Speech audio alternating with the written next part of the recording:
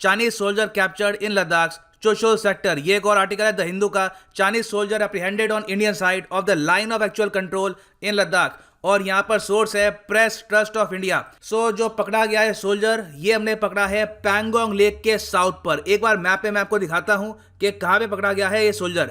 सो यहाँ पे आप देख पाएंगे ये है एशिया का मैप और ये है हमारा प्यारा भारत। नाउ जो मैं आपको मैप दिखा रहा हूँ यहाँ पे आपको दिखेगी इंडियन बाउंड्री जो हमारे मैप के हिसाब से है, उसके अलावा लाइन ऑफ एक्चुअल कंट्रोल और line of control with Pakistan. तो जो लाइन ऑफ एक्चुअल कंट्रोल है चाइना के साथ, यहाँ पे आप देखोगे ये गुजरती है पैंगोंग लेक के बीच से। ठीक है, ये है Pangong lake between India and China. Now जो पैंगोंग लेक का नॉर्दर्न पार्ट है वहां पे हमको पता है कि चाइना ने फिंगर 4 के आगे इंडियन पेट्रोल को रोक रखा है। पहले हम पेट्रोल करते रहे टिल फिंगर 8। फिंगर 8 आपको यहां पर मिलेगा। तो यहां पर चाइना का कुछ कंट्रोल है, मगर जो साउथ पार्ट है पैंगोंग लेक का, वहां पर हाल ही में इंडिया ने कैप्चर कर लिया था ब्लैक टॉप हिल, जिसको लेकर चाइना काफी नर्वस है। और इंटरेस्टिंग बात यह है कि जो चाइनीज सोल्जर पकड़ा गया है ये भी पैंगोंग लेक के सदर्न पार्ट में ही पकड़ा गया है। तो क्वेश्चन यहां पर यही आता है कि क्या ये एक स्पाई था। और एक इंटरेस्टिंग बात यह भी है कि जो ऑफिशियल सोर्सेज से न्यूज़ आई है वहां पे ये बताया जा रहा है कि ये सोल्जर 9 जनवरी को नहीं पकड़ा गया, ये पकड़ा गया था 8 जनवरी को। तो ये एक दिन से इंडिया की कस्टडी में है। इसकी अभी चल रही है इंटरोगेशन। यहाँ पे हम इससे सवाल पूछ रहे हैं कि इसका मोटिव क्या था यहाँ पे आने का। सोल्जर ऑफ कोर्स यहाँ पे यही बता रहा है कि मैं खो गया था, मैं गलती से यहाँ पर ये जो एरिया यहाँ पर बहुत माउंटेनियस रीजन है, क्लाइमेट बहुत हार्श है, इस वक्त यहाँ पे बर्फ भी पड़ रही होगी। तो सोल्जर का क्लेम यह है कि ये बस भटक गया था और गलती से इंडियन साइड की तरफ आ गया और इंडियन साइड ने इसको पकड़ लिया। मगर ऑब्वियसली प्रॉपर इंटेरोगेशन होगी, इसके जो डॉक्यूमेंट्स है चेक किए जाएंगे, चाइनीज साइड से कंफर्मेशन होगी कि ये आपका ही सोल्जर है। फिर उसके बाद इंडियन आर्मी निर्णय लेगी कि इस सोल्जर को छोड़ना है या नहीं। नाउ ये न्यूज सुन के आपको अगर एक फीलिंग आ रही है डेजा वू की कि ये पहले सुना है, कुछ महीनों पहले भी ऐसा हुआ नहीं था, तो आप बिल्कुल ठीक सोच रहे हैं। आपको याद होगा कि अक्टूबर 2020 में भी बिल्कुल सेम इंसिडेंट हुआ था।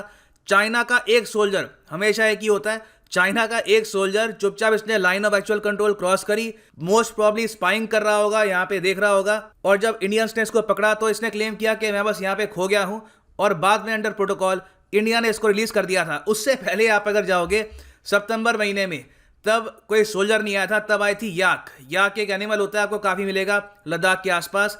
तो करीब 12-13 याक्स थी, ये चाइनीज साइड से इंडियन साइड में आ गई।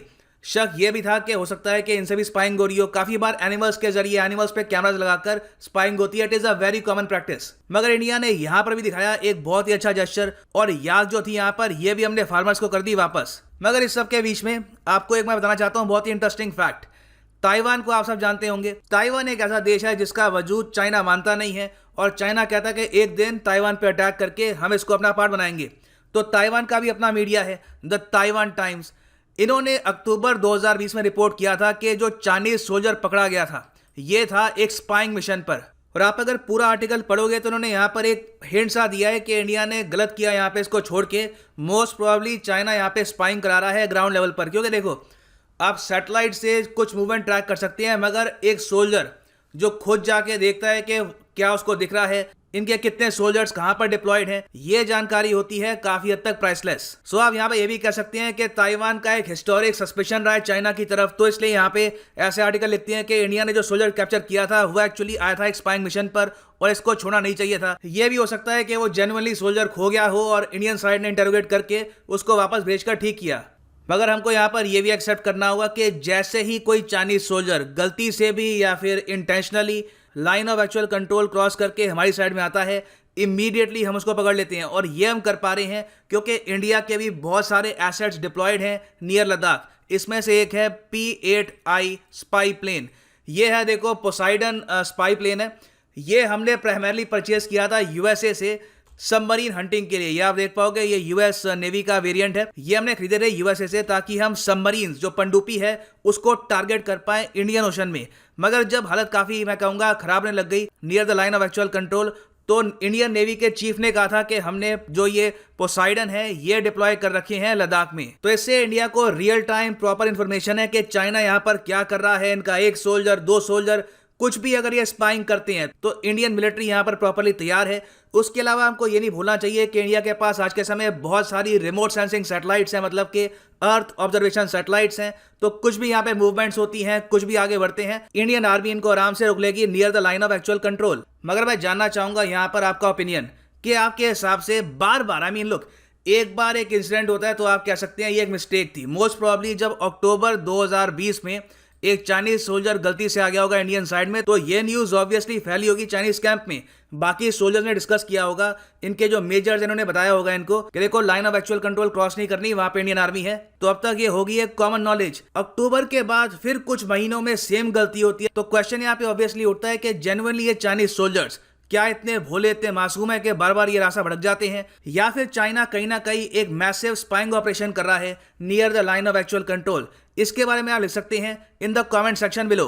और फाइनली यहाँ पे मैं ऐड करना चाहूंगा कि आप किसी भी एग्जाम की प्रिपरेशन कर रहे हैं, चाहे SSC, UPSC, railways, MPSC, RPSC, आप परचेज कर सकते हैं अनअकैडमी के कोर्सेज। आपको मिलेगी यहाँ पर लाइव क्लास, आप ये लेक्चर्स देख पाएंगे फोन पर, टैबलेट पे, कंप्यूटर पे। और लाइव क्लास का फायदा ये होता है कि आप उसी वक्त इमीडिएटली क्वेश्चन पुट अप कर पाएंगे, आपको आंसर मिलेगा। It is a different experience. और अभी के लिए जो यहाँ पर प्राइस है ये पे मत कर देना, यूज करो यहाँ पर कोड PD10 और यहाँ पे ये आपका होगा discounted price after using the code PD10। So save money and grow. और बाय द वे आप पेमेंट कर सकते हैं through UPI, net banking, cards, you can even पे इन पार्ट्स। सो ये है अंत इस वीडियो का। Thank you for listening and as always God bless you all.